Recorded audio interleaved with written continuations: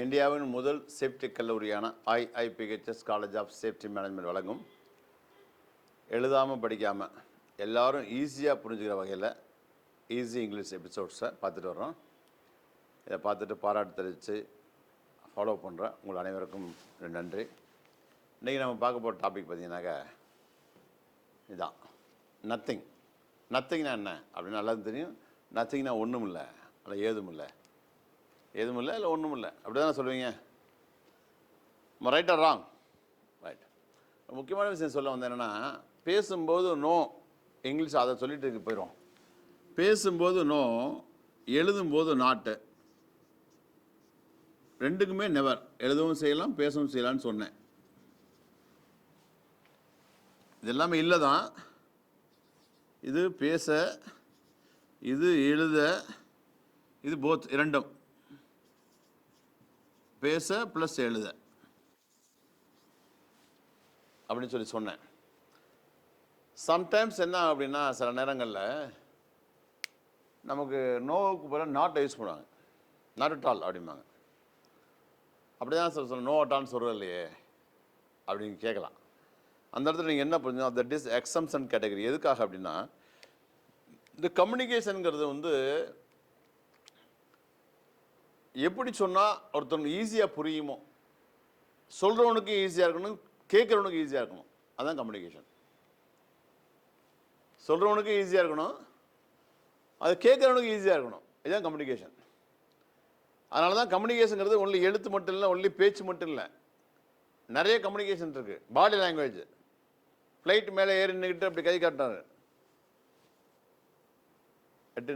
அது கம்யூனிகேஷன். அங்கே பேச முடியாது, எழுதவும் முடியாது. கோயிலில் போயிட்டு சாமி கும்பிட்றோம், கம்யூனிகேஷன். அது கும்பிட்றேன், சோல் பேசுது, ஆன்மா பேசுது இறைவன்ட்ட, அது கம்யூனிகேஷன். பேசவே மாட்டான், அமைதியாக மௌன மொழி. அங்கே மௌனம்தான் அங்கே மொழி. இறைவனுக்கும் மனிதனுக்கும் உள்ள மொழி கம்யூனிகேஷனுங்கிறது மௌனம்தான். இப்போ பள்ளிவாசல் போகிறாங்க, அப்படியே தொழுது கும்பிட்றாங்க, அப்படியே அப்படிங்கிறாங்க, மௌனம்தான். மனசோட மனசு பேசு. பிரதமர் பேசுகிற மன் கி பாத், அது மாதிரி ஒரு பழைய பாட்டு இருக்கு, காதோடு தான் நான் பேசுவேன் அப்படின்னு. இங்கே மனசோடு தான் நான் பேசுறது. அப்புறம் சவுண்ட் கம்யூனிகேஷன். முன்னாடி போயிட்டு இருக்க, பின்னாடி ஆறு அடித்தாக்கா, ஆறு அடிச்சு வர தெரியாதாம்மா, நான் வண்டி பின்னாடி கார் வருது அப்படின்னு ஒதுங்கிக்கேன்னு சொல்கிறது தான். சைக்கிளில் கூட பெல் இருக்குது. எதுக்காக? கம்யூனிகேட் பண்ணுறது.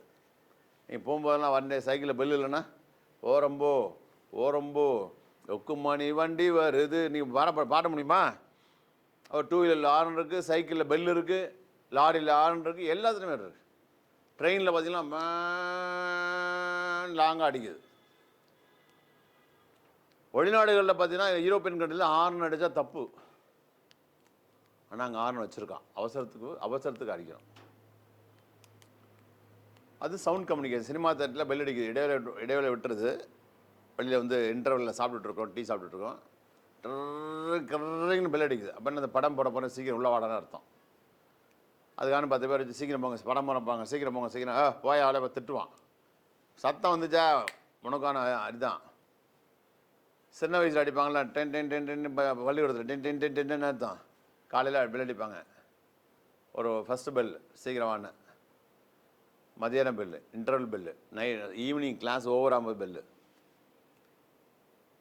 வெளியேருந்து உள்ள காலிங் பெல் அடிச்சு வரும்போது காலிங் பெல் அடிச்சு வர மாட்டியா? காலிங் பெல், நான் உள்ள வீட்டுக்குள்ளே வரேங்கிறது காலிங் பெல் அடிச்சு தான் கேட்கணும். வெளியே ஒருத்தர் நிற்கிறாரு, டெங் டெங், யாருங்க? வெளியில் வந்துருக்கு. இவங்க கிச்சனில் உள்ள வீட்டுக்குள்ள அம்மா கிச்சனில் நிற்பாங்க, வெளியில் வந்து எப்படி தெரியும்? கதவு பூட்டிருக்கு. எப்படி கம்யூனிகேட் பண்ணுறது? காலிங் பெல், அந்த பெல்லு தான் கம்யூனிகேஷன். ஸோ அந்த கம்யூனிகேஷன் எப்படி போனால், சிக்னல் இருக்குது, சிகப்பு லைட்டு, மஞ்சள் லைட்டு, பச்சை லைட்டு, இதுதான் கம்யூனிகேஷன். வேகமாக வரவனுக்கு சிகப்பு லைட்டு போட்டாச்சு, நிறுத்துறான்னு தான் ஆபத்து. அப்போது நிற்கிறவனுக்கு மஞ்சள் லைட்டு போட்டாச்சு, ரெடி ஆகிக்க. மஞ்சள் லைட் போட்டால் நிற்கிறவன் போக தயாராகணும், வர்றவன் நிற்க தயாராகணும். சிம்பிள். எச்சரிக்கை மஞ்சள், வார்னிங். நேராக வர்றான், மஞ்சள் லைட்டு போடுது, என்ன நினைக்கணும்? அடுத்து ஏற்கனவே சிகப்பு லைட் எரிஞ்சு இப்போ மஞ்சள் எரிஞ்சு அடுத்து பச்சை வரப்போன்னு அர்த்தம். ஏற்கனவே பச்சை வந்து இப்போ மஞ்சள் வந்தால் சிகப்பு வரப்போன்னு அர்த்தம்.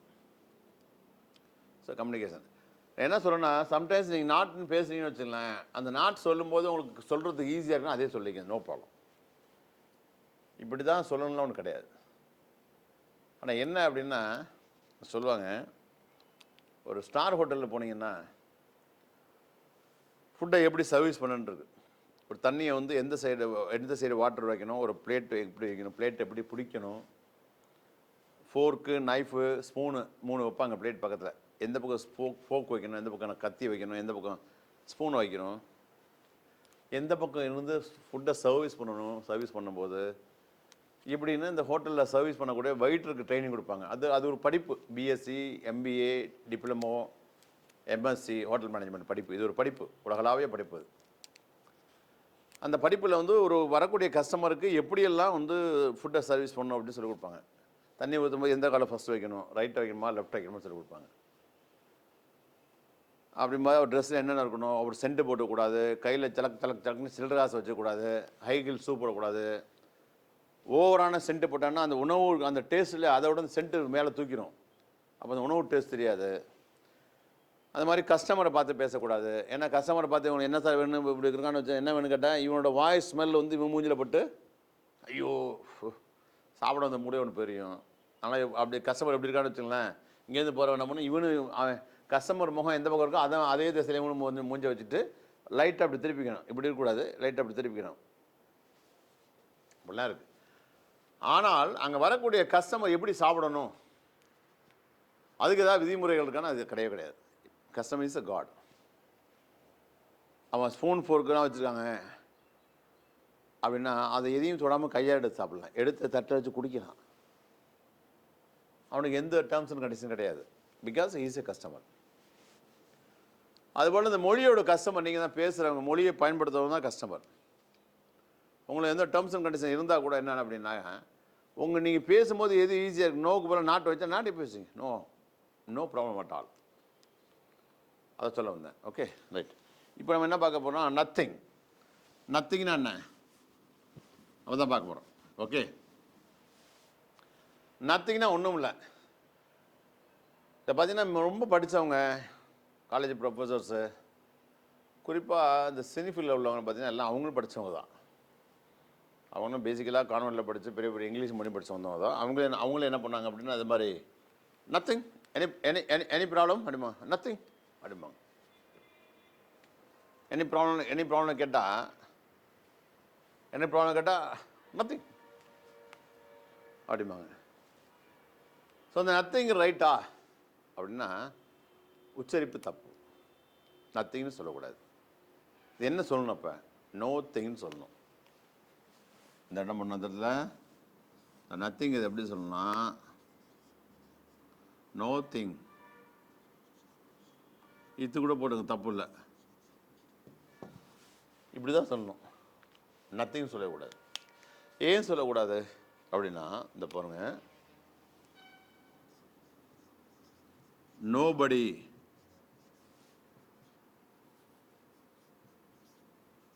நோவேர், நோதிங்,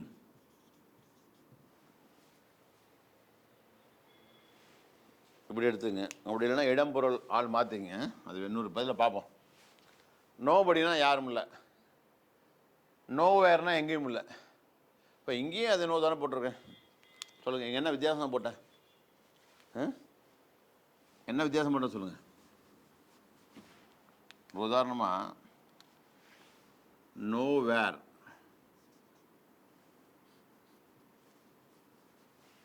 ஈரமாக இருக்கு, ஓகே. ஸோ என்ன புரிஞ்சுக்கணும் இப்போ, நோவேர், நோபடி, நோத்திங், 3 தான் போட்டிருக்கேன். வேர்னா எங்கே, தட் இஸ் இடம். ஓகே, இடம் பொருள் ஏவல், ஏவல்னா ஆள், இடம் பொருள் ஆள். பேசும்போது இடம் பொருள் ஆள் பார்த்து பேசணுமாங்க. எந்த இடத்துல பேசுகிறோம், யாருக்கிட்ட பேசுகிறோம், ஓகே, என்ன மாதிரி மெசேஜை பேசுகிறோம், எந்த இடத்துல பேசுகிறோம். இப்போ பார்த்து போலீஸ் ஸ்டேஷனுக்கு போயிருக்கோம், ஒரு பாஸ்போர்ட் வெரிஃபிகேஷன் நம்ம கூப்பிட்ருக்காங்க. அவங்க என்ன கேட்குறாங்க, என்னப்பா நேற்றே வெரிஃபிகேஷன் வர சொல்ல இன்றைக்கி வந்துருக்கீங்க, இன்றைக்கி இன்ஸ்பெக்டர் வெளில போயிருக்காரு, நாளைக்கு வாங்க அப்படின்னு சொல்கிறீங்க. நாளைக்கு கொஞ்சம் அர்ஜென்ட்டாக வேலை இருக்குது சார் அப்படின்னு அவர்கிட்ட சொல்கிறீங்க. அந்த ஏட்ட நாளைக்கு என்ன வேலை, பக்கத்தில் பேங்க் கொள்ளை அடிக்கணும் சார், 2 நாளாக ட்ரை பண்ணிட்டு இருக்க முடியல, அதனால் கொள்ளை அடிக்கிறது முடிச்சுட்டு நாளைக்கு நாளைக்கு மரம் வரேன் அப்படின்னு சொல்ல முடியுமா? எங்கே பேசுகிறீங்க? போலீஸ் ஸ்டேஷனில். என்ன மேட்ரு, பொருள் என்ன பொருள், பொருள் என்ன, கொள்ளை அடிக்கிறது. யார்கிட்ட பேசுகிறீங்க? ஆள். ஏட்டையாட்ட பேசிகிட்டு இருக்கீங்க. அப்போ இடம், பொருள், ஆள். இடம்ங்கிறது போலீஸ் ஸ்டேஷன், ஆள் ஏட்டையா, பேசுகிறது கொள்ளை அடிக்கிறது. அப்போ இடம், பொருள், ஆள் பார்த்து பேசுன்னு சொல்கிறாங்க இல்லையா? அது மாதிரி இங்கே நோவேர்னா எங்கேயும் இல்லை, நோவேர்னா எங்கேயும் இல்லை. எங்கே போகிறீங்க? எங்கேயும் இல்லை, ஜஸ்ட் வாக்கிங். எங்கேயும் இல்லை, சும்மா walking. Nowhere, just walking, nowhere. Sir தேடி பார்த்தேன் சார், அவன் எங்கேயுமே இல்லை sir. Nowhere, he's nowhere. Nowhere எங்கேயும் இல்லை. நோபடி, யாரும் இல்லை. Anybody pending sir? Nobody sir. வேறு யாரும் இருக்காங்களா? Anybody more? Nobody sir. யாரும் இல்லை சார். எங்கேயும் இல்லை, யாரும் இல்லை. இங்கே எதுவும் இல்லை. இடம் எங்கேயும் இல்லை, ஆள் யாரும் இல்லை, பொருள் எதுவும் இல்லை, நத்திங், ஒன்றும் இல்லை. அது என்ன சொல்லணும்? இது மட்டும் நோ வேறா, இது மட்டும் நோ படியும், இது மட்டும் நத்திங்னு வச்சு அது எல்லாத்தையும் நோன்னு தான் சொல்லணும். நோ வேர், நோபடி, நோத்திங் தானே. உங்களுக்கு இது எப்படி 3 ஒன்று தானே? என்ன மாற்றம் இருக்குது? புரியலையே. இனிமேலாவது நத்திங் சொல்லாங்க, நோத்திங் அப்படின்னு சொல்லுங்கள். ஏன்னா பிரிட்டிஷ் இந்த இங்கிலீஷை பேச உருவாக்கிய இங்கிலீஷ்காரன் நத்திங் சொல்லவே மாட்டான். நோத்திங், நோ வே, நோ வே, வழியே இல்லை, வாய்ப்பே இல்லை, நோ சான்ஸ். அதெல்லாம் நோ தானே சொல்கிறீங்க. இங்கே பாருங்கள், no, no way, no chance,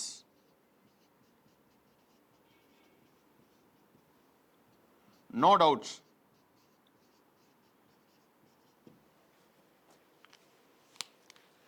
வழியே இல்லை, நோ வே, வாய்ப்பே இல்லை, நோ சான்ஸ்.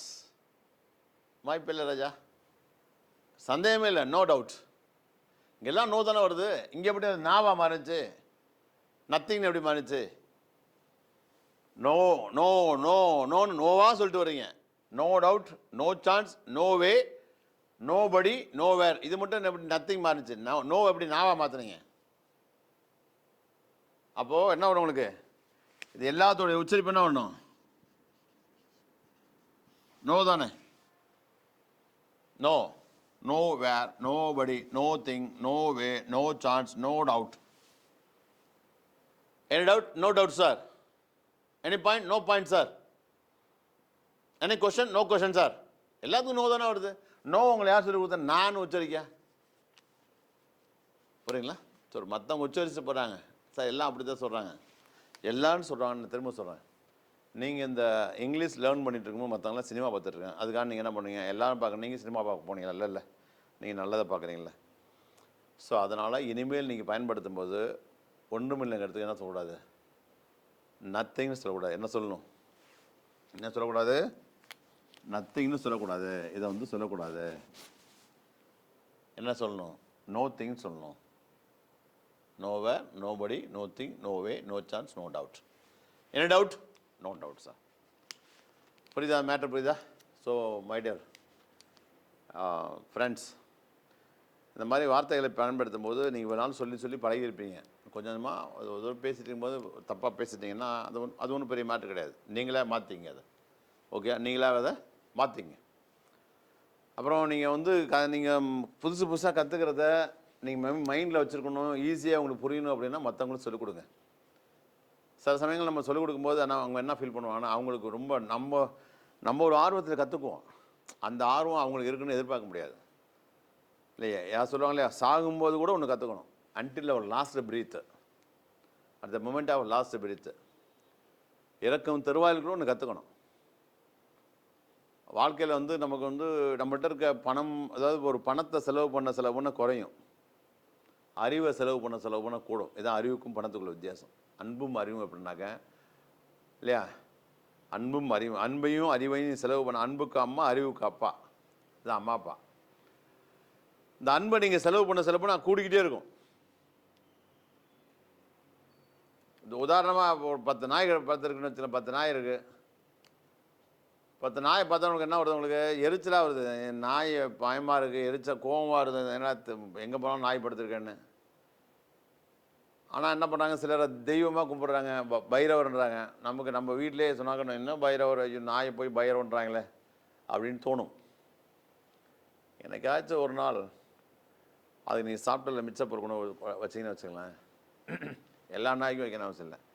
அதில் ஒரு நாய்க்கு நீங்கள் வச்சுட்டிங்கன்னா அந்த நாய்க்குள்ளே நாய் கம்யூனிகேட் பண்ண போல இருக்குது.